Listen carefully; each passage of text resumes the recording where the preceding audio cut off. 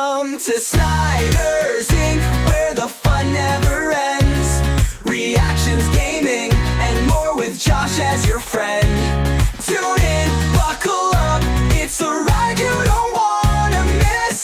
Snyder's Inc., let's dive in, feel the ultimate bliss. Hello everybody, welcome to Snyder's Inc. And today we got a Nexpo video, and this is what happened to the Sodder children. I know the story, but I'm just going to hear it from the beautiful storyteller that is Nexpo. And we're going to get right into this, ladies and gentlemen. Hit the like button and subscribe button, comment what you think down below. Let's go. In the early hours of Christmas Eve 1945, a house fire broke out in Fayetteville, West Virginia, devastating a family called the Sodders. Out of George and Jenny Sodder's 9 children, 5 were never seen again. You might expect that these missing kids had perished inside. However, reality isn't so simple. Their remains were never found. Their bodies unaccounted for. And it's like they up and vanished, leaving a multi-decade-long mystery lying in their wake.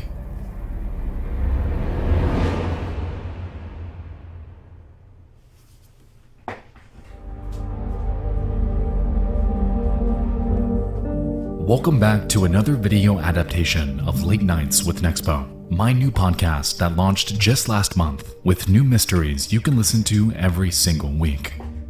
From what it looks like, you guys seem to have enjoyed the launch video, and so I've decided to pick one a month from the pack of currently uploaded episodes, adapt it to video, and bring it to you guys here.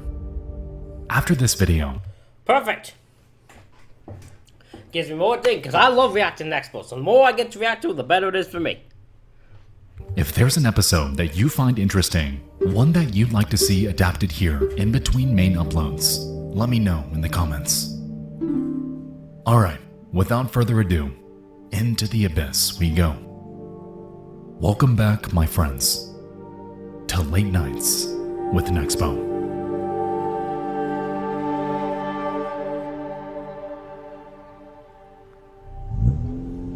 Night. You're driving along a lonely stretch of West Virginia highway. The only light comes from the headlights of your car, which shine on the dark forest lining the road.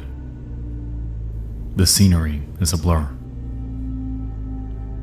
Until suddenly, up ahead, you see it. A strange billboard looming low to the ground at the side of the road. From it, the faces of 5 unsmiling children staring back at you. Their photos are haunting enough. But then you read the words plastered above. What was their fate? Kidnapped or murdered? Or are they still alive?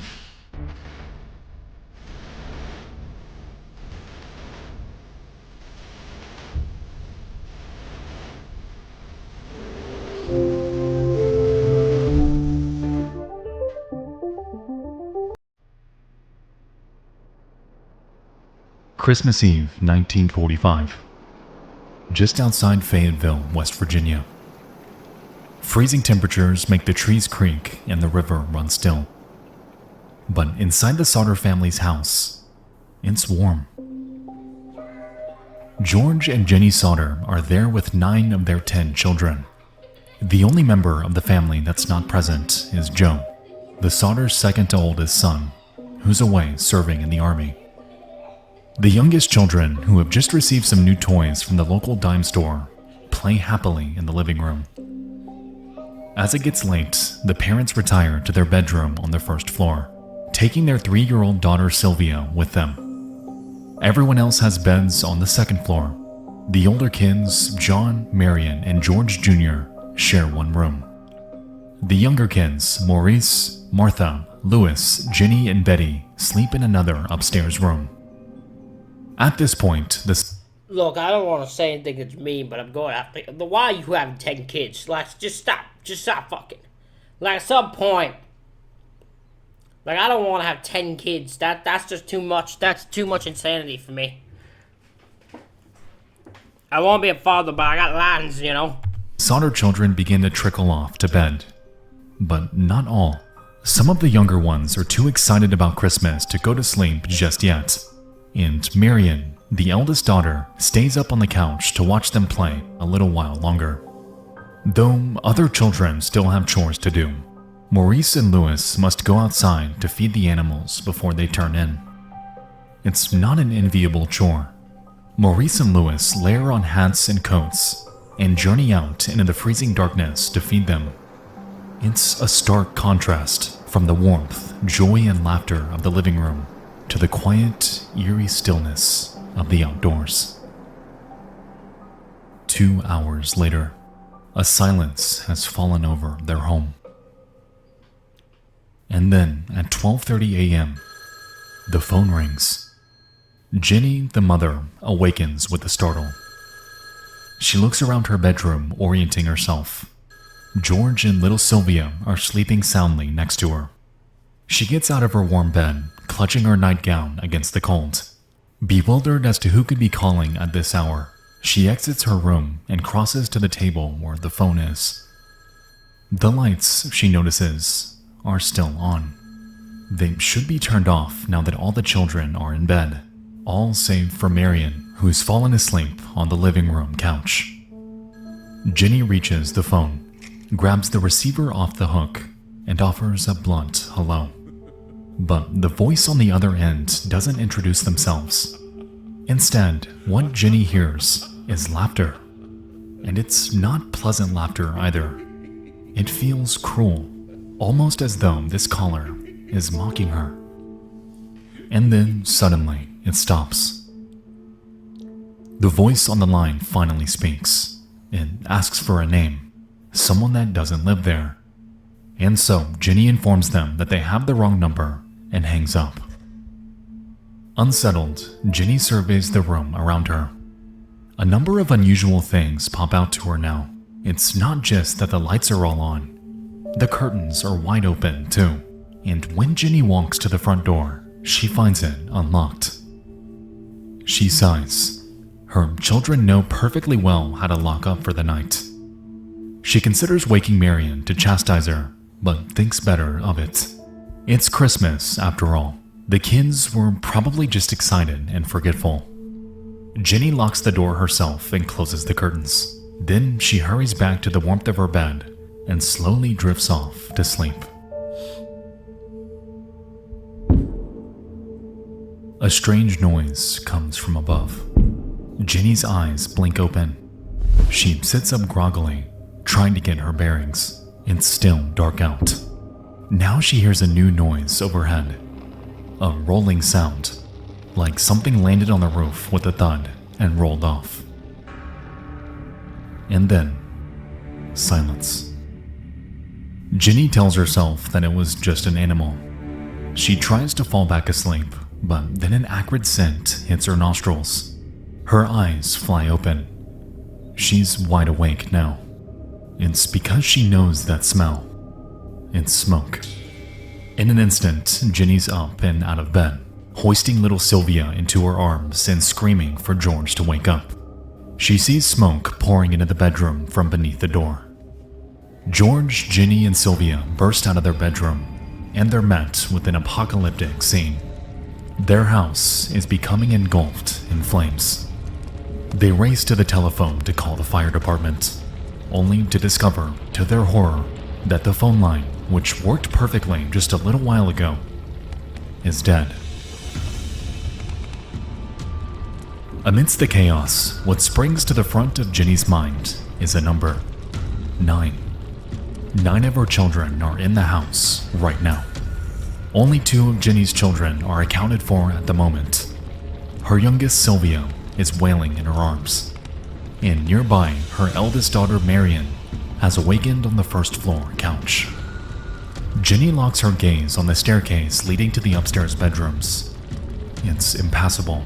The heat coming from the upper floor is too intense. The smoke is too thick. And so, that makes it 7.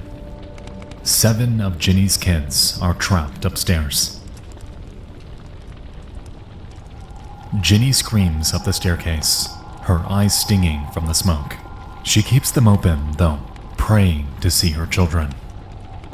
Finally, a figure emerges from the smoke and hurtles down the stairs. Another follows close behind. It's two of the oldest boys, John and George Jr., and their hair is singed from the flames. The boys are hysterical. They tell their parents that they tried to get into their younger sibling's bedroom, but they couldn't. Now the noise, the heat, everything else disappears from Ginny's world. She casts a final glance upstairs as her husband pulls her away toward the exit.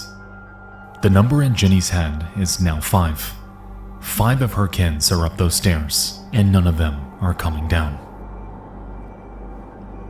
A moment later, Ginny, George, and the 4 kids who are accounted for are standing outside.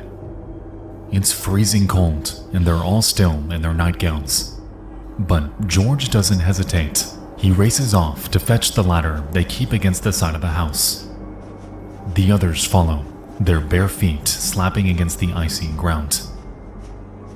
But around the corner of the home, another shock awaits them. Their ladder is gone.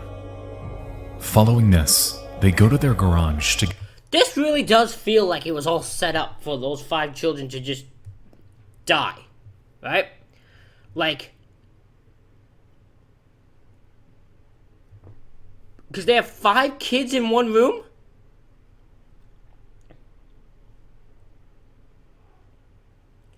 Because you have 5 kids in one room who all just vanish. And every way they could contact someone, or every way they could get a hold of someone or help them is gone.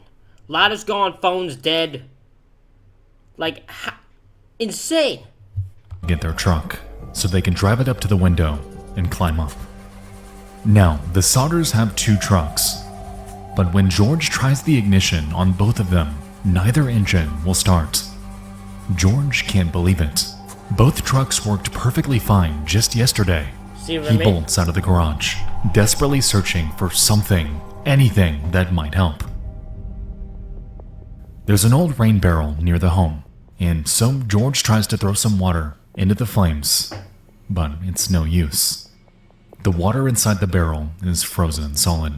Because of this, George is reduced to shouting the children's names over and over at the house. But in return, all he hears is the roar of the inferno. While the house continues to burn, the oldest daughter Marion dashes away down the dark, freezing road. The Sodders' phone doesn't work, but their neighbors just might. She's still barefoot, and there isn't another house for quite a while. At last, she arrives, and tears of relief flow down her cheeks as the neighbor lets her in and points her to their phone. Shaking from head to toe, Marion manages to place the call, but the operator doesn't respond. Marion is beside herself. This can't be happening. The neighbor grabs his coat and rushes for the door, informing her that he'll drive into town and alert the fire chief in person. Fayetteville's fire chief, F.J. Morris, is fast asleep when the Sodders' neighbor arrives.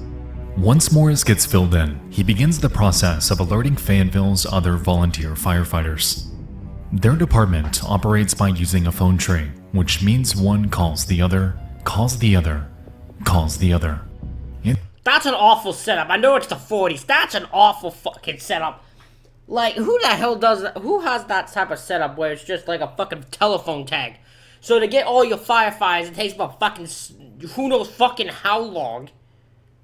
Oh, that's fucking dumb. That's an awful setup. That's just meant for fires to go on for fucking ages. It's time-consuming. Yeah. And it takes a while for all the volunteers to be notified, assemble at the firehouse, and then drive out to the Sodders' home.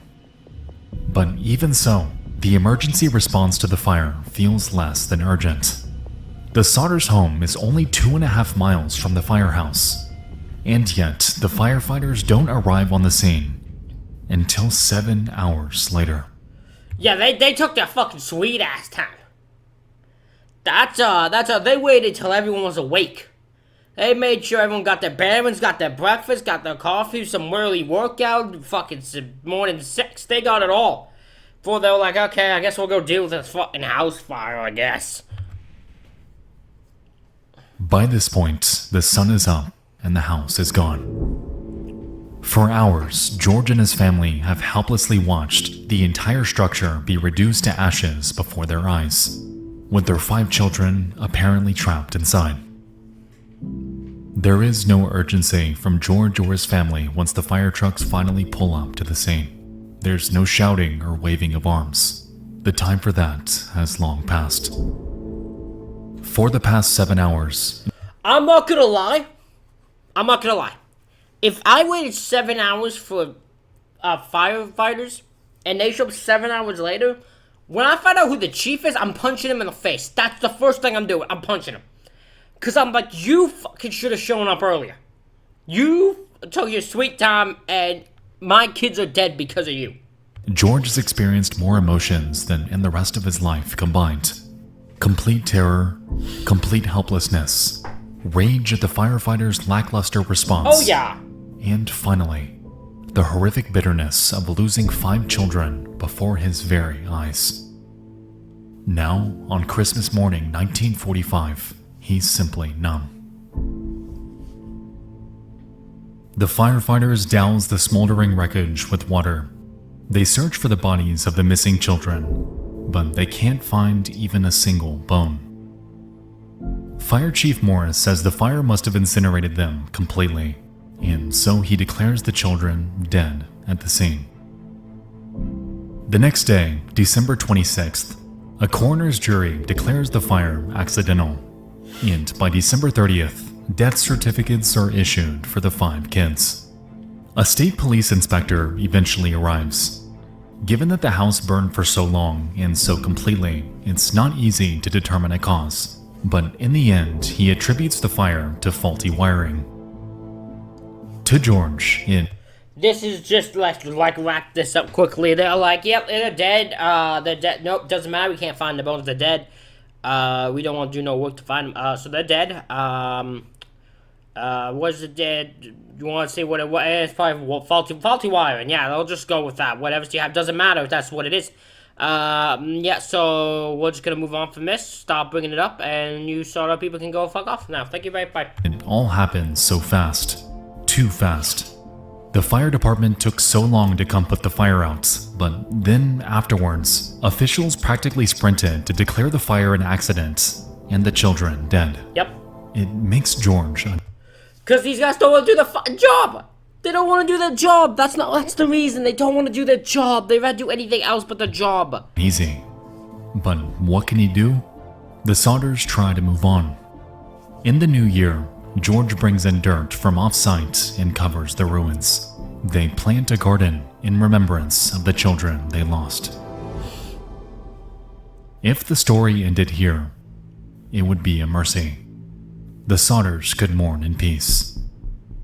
However, our story is just beginning. Oh, yeah. Shocking details are about to emerge.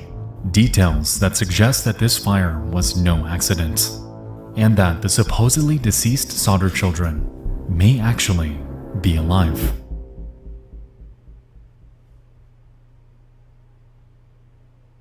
It's spring.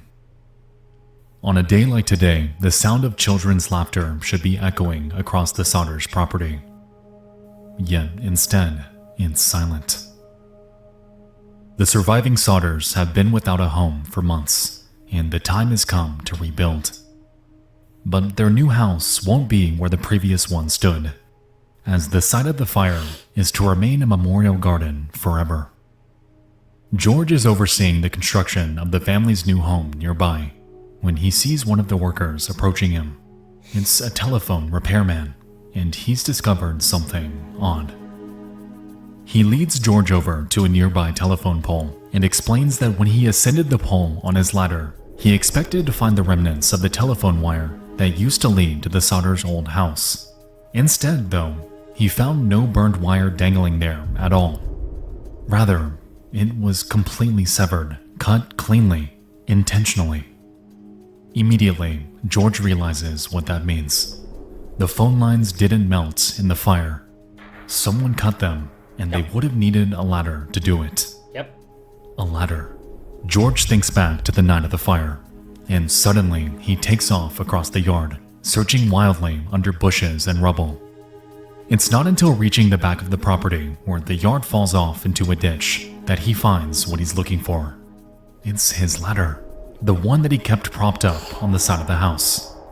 The one that he could not find to save his children on the night of the fire. And it's here where he realizes it wasn't misplaced. Someone moved it. Yep. George feels dizzy, nauseous even. The blood is pounding in his temples. A whole new series of details are flooding his mind. The wrong number in the middle of the night. The thump on the roof. His trucks that wouldn't start when he needed them most. And this is when it hits him.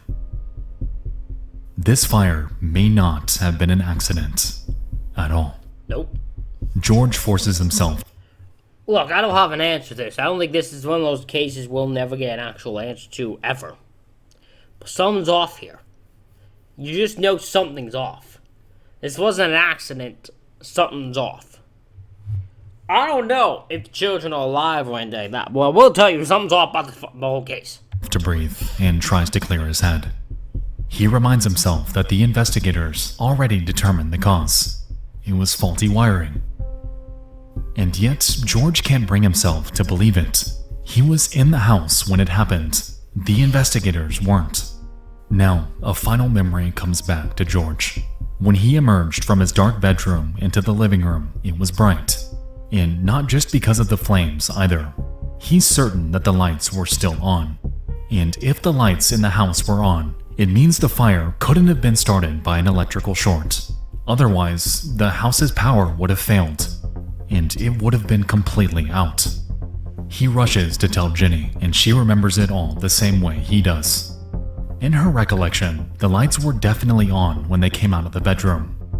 In her mind, she returns to the moment after she hung up the phone. She closed the curtains, she locked the door, but no, she didn't turn the lights off before going back to bed. She left them on for her daughter. So if the house had electricity at the time, the lights should have been on, and they were.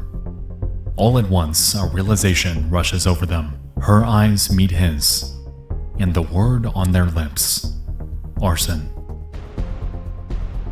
At this point, there's no stopping it. George and Ginny's minds are running wild, considering every possibility. They've lost so much, and the idea that someone could have wished this upon them, that someone could have actually done this to their family, is staggering. Everything Ginny thought she knew has been thrown into question. She asks herself, if it's possible that someone in their community had started this fire on purpose, then what else is possible? What else could the investigators and officials have been wrong about? Can she believe anything she's been told about the fire? About the fate of her 5 little children? Doubt begins to gnaw at her. She can't stop thinking about that night, picking apart every tiny detail in her mind. Ginny can't bring herself to accept that her 5 young children actually perished in those flames.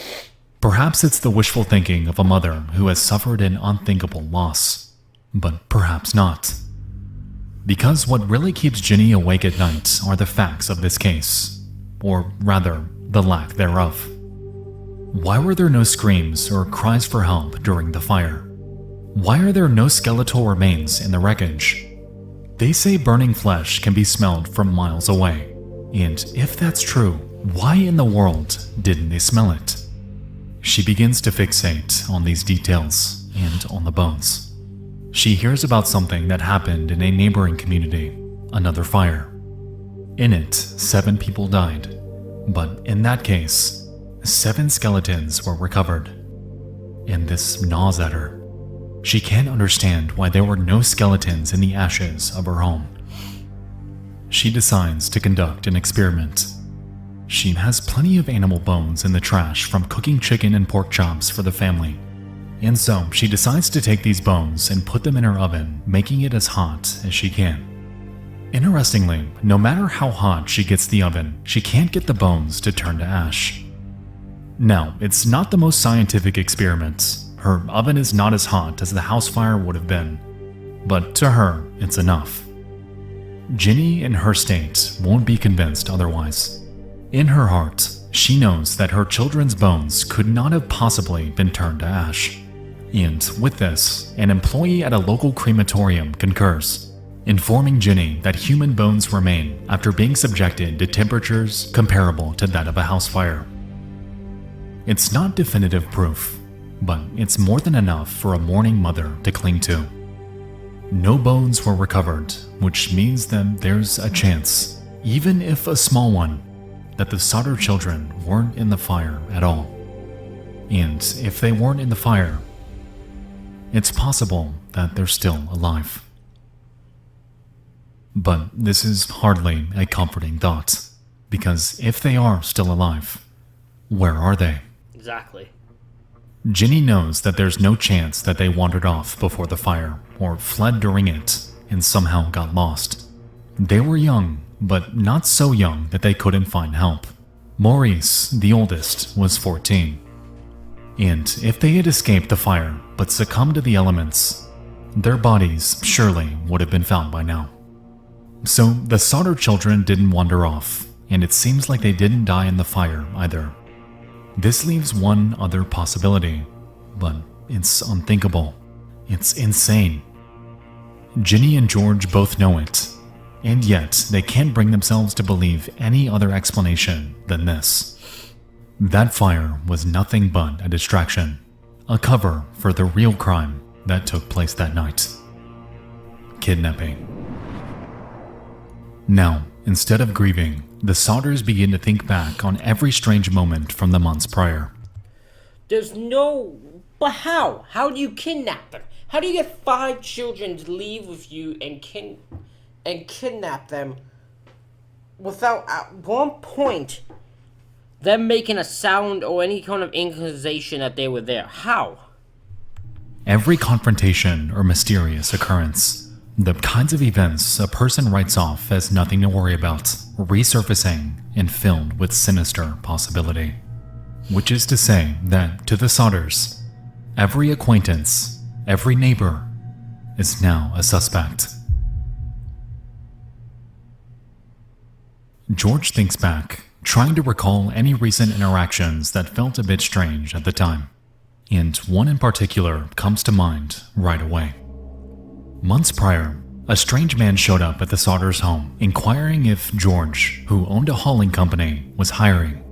George said that he wasn't, and yet the traveler still hung around the house a bit, like he wasn't taking no for an answer. It was an uncomfortable situation. George followed him around the yard, trying to ride the line between being polite and getting the traveler to move on. The young man started to point out things about the yard, as if trying to impress him with his handyman knowledge. And, circling to the home's rear, George recalls that the man pointed to the fuse boxes on their wall and said, "This is going to cause a fire someday." In that moment, George concluded that this man had no idea what he was talking about. After all, he had just had the boxes looked at and approved by the power company. Eventually, the man left, and George put the incident out of his mind. Until now. But now, George can't help but wonder, had the traveler really moved on down the road? Or did he hang around, bitter about being turned down for work? In another instant, I mean, it's possible, but like that just seems insane that you would be so mad you got rejected from a job that you would, like, set the fucking house on fire and kidnap the children? Like, that's insane levels of reaction to not getting a job, and I ain't gonna help you get a job. I'll also say, like, getting a job, we haven't rejected from a job thing, it's fine. I've been rejected by more than I can count, to be honest. Ginny recalls something else. Another curious event that happened shortly before the fire. One day, she was working in the kitchen when, through the window, she saw the kids coming home from school. But in that moment, her eyes were drawn to something else.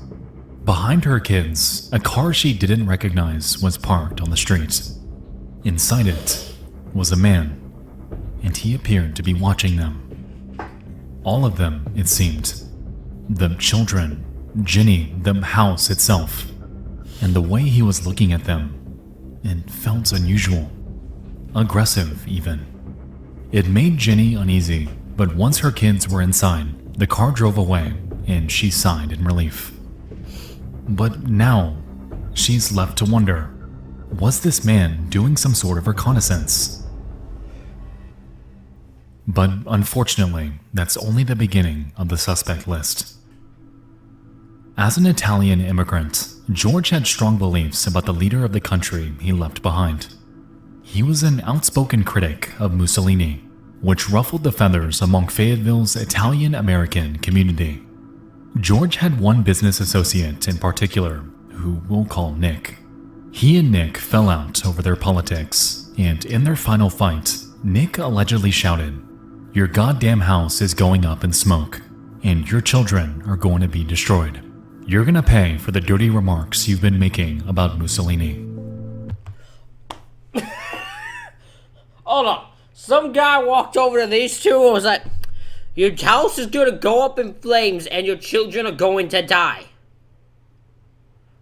Well, I wonder who the suspect is. As the great BuzzFeed, I was like, who could it be? Who could have done this? Like, that's about as easy as it gets to figure out, I'd say. I'd say he's number one suspect. Finally, Ginny remembers the strange call she received on the phone right before the fire. It seemed like a wrong number, but now she thinks maybe it was the conspirators calling to make sure they were home. George and Ginny share their suspicions with the police.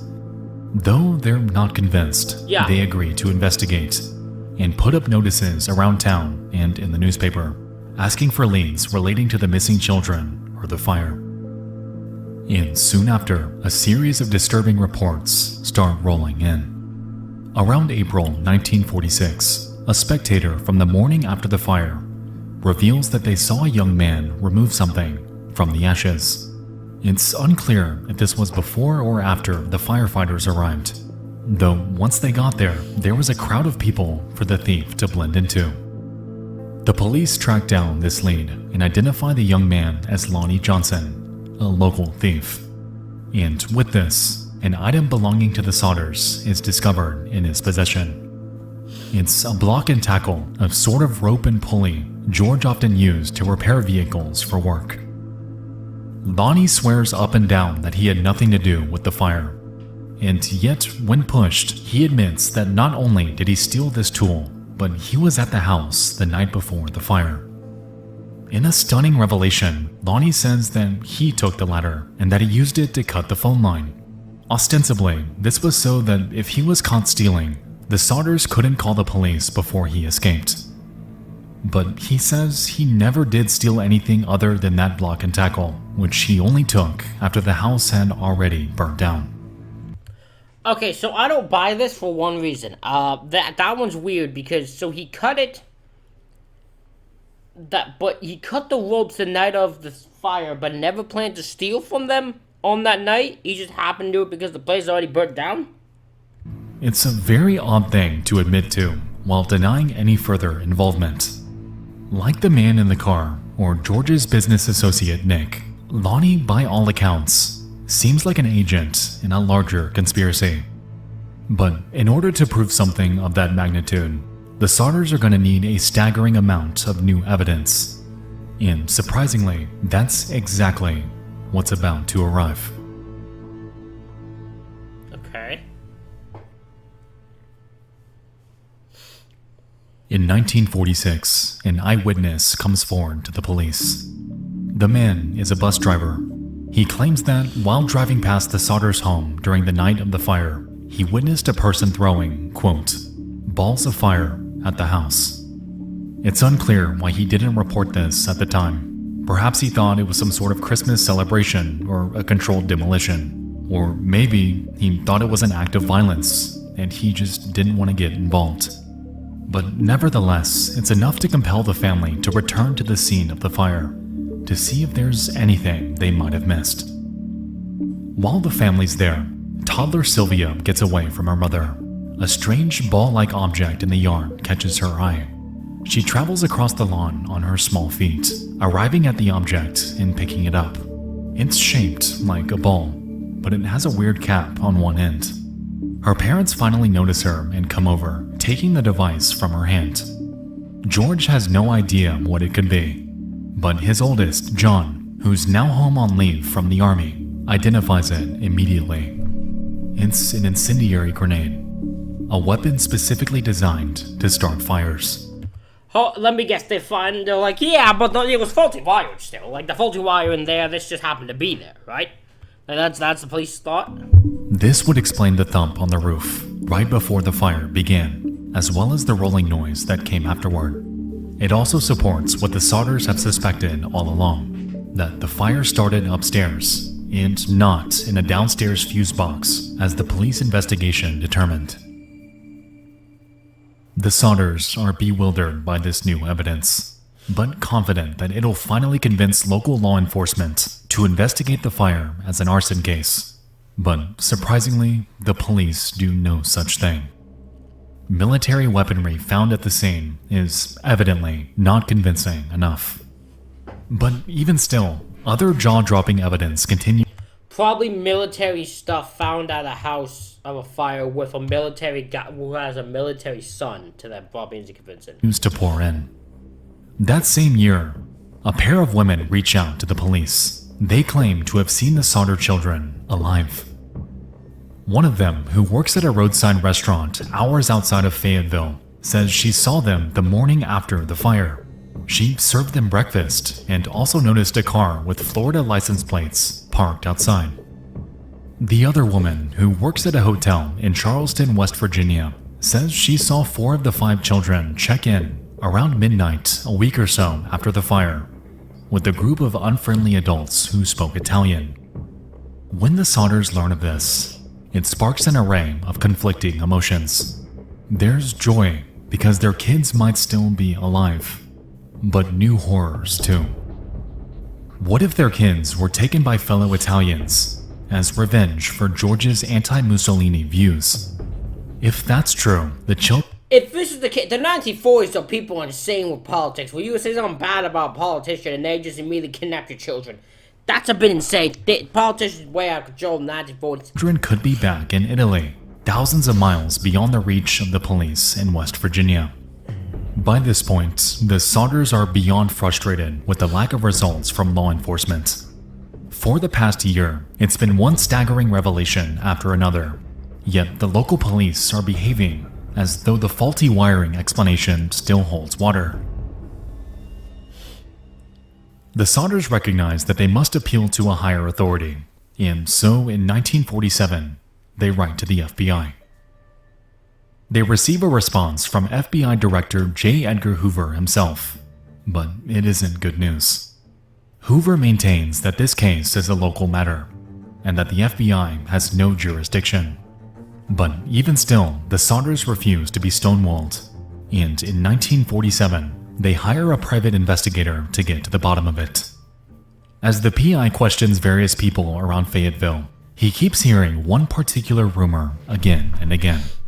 That Fire Chief Morris himself, the man responsible for responding to the fire, discovered a human organ in the ashes. It's a bizarre and potentially major revelation. On Christmas Day, the firefighters claimed that there was absolutely no trace of the children's bodies. But this rumor, conflictingly, implies that they did recover human remains and hid the evidence. Even stranger. That would just be weird, because why? Why would you hide that? That's like the thing that silences their doubts, if that's the case. It's been said that they placed the organ in a wooden dynamite box and buried it somewhere on the property. It's a strange story, and the PI doesn't quite know what to make of it, but he hears it from so many people that he's compelled to tell the Sodders about it. Right away, the family rushes back to the scene of the fire, and thereafter, they begin digging. It's painful to disturb the flowers they planted in honor of their lost children, but they'll do anything to learn more about what happened. And soon, sure enough, one of their shovels hits something. It's wooden, hollow. George, Ginny, and their surviving children gather around as the box is uncovered and hoisted to the surface. It's a dynamite box, just like their PI said it would be. Collectively, they hold their breath as the lid comes off, and inside, as promised, is an undeniable lump of dried and shriveled flesh. Resultingly, a local funeral director is brought in to examine the contents. But they're even more confused than the Sodders are, because it's not a human organ. Rather, it's beef, a beef liver to be exact. And even stranger, it's not even burnt. At their wits' end, Yeah, now I'm going down to kicking down the firefighter's door. I'm like, what the f have you been doing with this case? the Sodders decide to confront Fire Chief Morris face to face. And once pushed, Morris makes an astonishing confession. Except, it's not a confession to some sinister conspiracy. Rather, he states that he was only trying to help, but made a mistake. Morris states that he's certain that the kids died in the fire, but watching the Sodder family desperately search for evidence to the contrary and destroying what was left of their own emotional well-being in the process was too much for him to bear. And so Morris says he did something very unorthodox. He got a hold of some beef liver, put it in the box, and buried it at the site. He then planted the rumors himself in the hopes that the Sodders might hear of it and dig up the box. From his strange, distorted point of view, he thought that this might be enough to get the Sodders to believe that their kids were truly dead. That is so fucked up. No, this almost fuels their theory. This fuels the conspiracy to them. You fucking idiot. It's an odd scheme, one that doesn't seem likely to have ever worked. And it gets even stranger. When the Sodders go to retrieve the liver from the coroner, they find that it's disappeared from his office. But even as this line of inquiry fails, another rises. The PI has one more lead to pursue, and it's perhaps the most promising. In 1947, the family's PI investigates one final lead in his search for the missing Sodder kids. He's curious about George's former business associate, Nick, who George fell out with over politics. The one who furiously made the bizarre claim about their house going up in smoke. George tells the PI that Nick was actually his employee at one time. They were close enough that when George needed a cosigner for an insurance policy on his home, Nick was willing to step in. However, they stopped talking after their fights over Mussolini.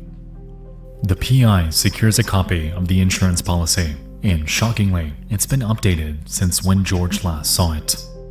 As it turned out, Nick had increased the amount on George's home insurance by $250 right before the fire without telling George. It seems odd that such a move would even be possible without George's consent, but Policies are not a thing. You can fucking get a life insurance policy on a person without their consent, brother. You can do a bunch of shit about policies and insurance without people's consent, and it's fucking so weird. it does mean that, as a cosigner, Nick might have benefited if the entire Sodder family died in the fire. But that isn't even the most damning detail that the private investigator uncovers. As it turned out, Nick didn't just stand to benefit from the fire. He was actually a member of the coroner's jury that ultimately ruled the fire as an accident. Oh! Now, this fact is incredibly bizarre. A coroner's jury is made up of random citizens, like any jury, but their job is to look at the evidence presented in a mysterious death and determine if foul play was involved. Nick should not have been a part of this based upon his relationship to the family alone. And on top of that, as someone who could have benefited from their deaths, he's an obvious suspect. And yet, he was on the very jury that could have recommended he be investigated.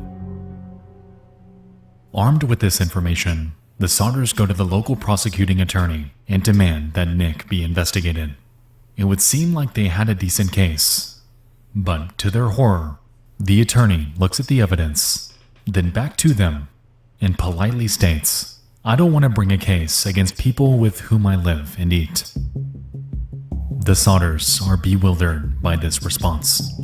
They're certain. This is why you would have a thing against the entire fucking city. Because everyone's refusing to look at the fucking obvious, almost.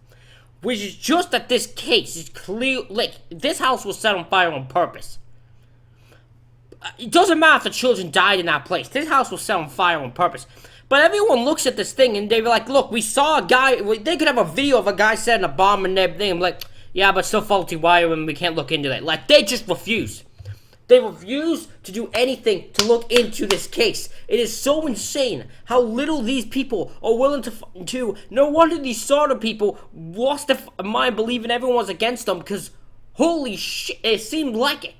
They're the victims of arson. Their kids are either dead or kidnapped, and they have strong evidence suggesting who did it. On top of this, there's evidence suggesting that there was misconduct among the coroner's jury. And now, the prosecutor is refusing to do his job. Is this man in on it? Is he a part of the pro-Mussolini elements in town that wanted to see his family burn? Has Nick paid him off? What secrets is this West Virginia community keeping from its own members?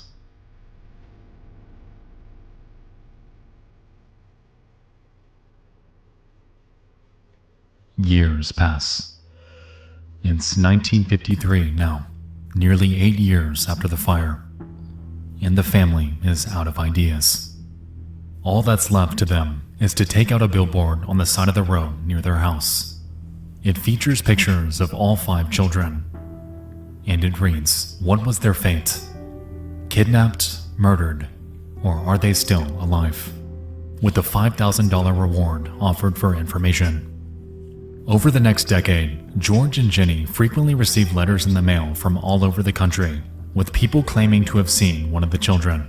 They chase every lead, no matter how tenuous.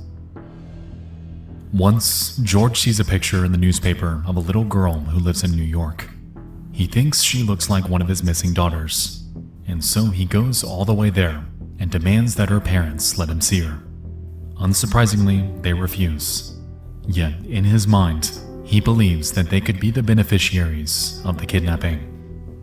But at the same time, it's just as possible that they're frightened parents with no reason to let a strange man see their daughter. Yeah. And ultimately, he has to respect their wishes and return home. Jenny also pursues some rather thin leads with a similar level of aggression. She recalls the woman's testimony from the roadside motel. The one that claimed to see the children taken away in a car with a Florida license plate. As it turns out, Jenny has a brother who lives in Florida, and she gets it into her head to call him to see if he had anything to do with the alleged kidnapping. It's unclear why she would suspect this of her own brother, but she actually has the police produce records to prove that all of her brother's kids are his own. This is where it reaches the point of too far. Right? Because now he's there, yeah, like, stalking people, like, demanding to see random strangers' kids. Like, this is where it goes too far. 1966. 21 years since the fire. By this point, the Sodders are searching for children who have, officially, been dead longer than they were alive. But the leads don't stop, so neither do they. That year, the family received a letter from a woman who writes that she overheard 2 men talking to each other, evidently claiming that they were Louis and Maurice Sodder. George travels to Texas to meet with them. However, the lead goes nowhere. A year later, in 1967, the Sodders receive another mysterious letter. Enclosed is a photograph of a young man with the same features and complexion as the men in their family. And sure enough, on the back of the photograph, there's a note that reads, Louis Sodder. But this letter didn't come from Texas, it came from Kentucky, but without a return address, no means of contacting the sender. And so, the Sodders hire yet another PI to go to Kentucky to find out what he can. But once the PI travels to Kentucky, the family never hears from him again. Perhaps he was just a con man who took the Sodders' money and ran. Probably. Or maybe it was something darker. I'd go with the first one on that. Regardless, his disappearance is a final gut punch, because that is where the trail runs cold for the very last time.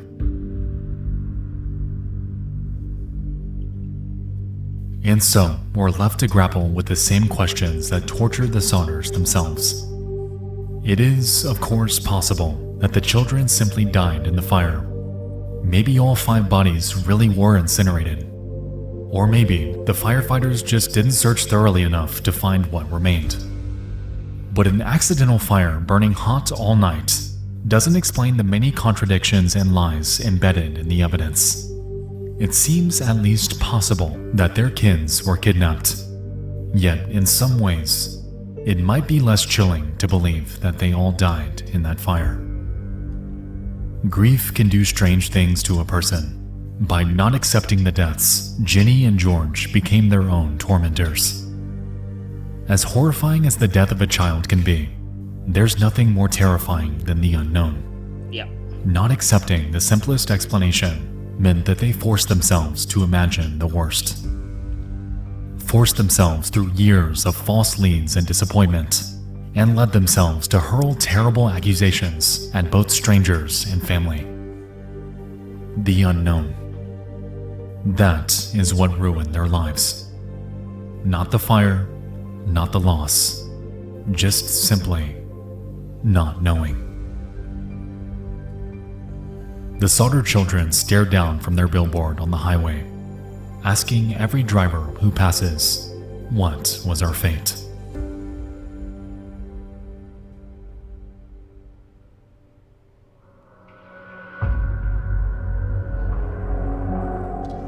Thank you all so much for listening. If you'd like more to hold you over until the next video, 7 more mysteries await you on my podcast, Late Nights with Nexpo. Check it out wherever you listen to them, and if you can, give it a follow. Any and all support truly means the world. Thank you guys again. I'll see you soon. I love you all. And good night. Ladies and gentlemen, that is it for this reaction video. Let me know what you think in the comments. Hit the like button, hit the subscribe button. Thank you all for watching. I'll see you all for the next one.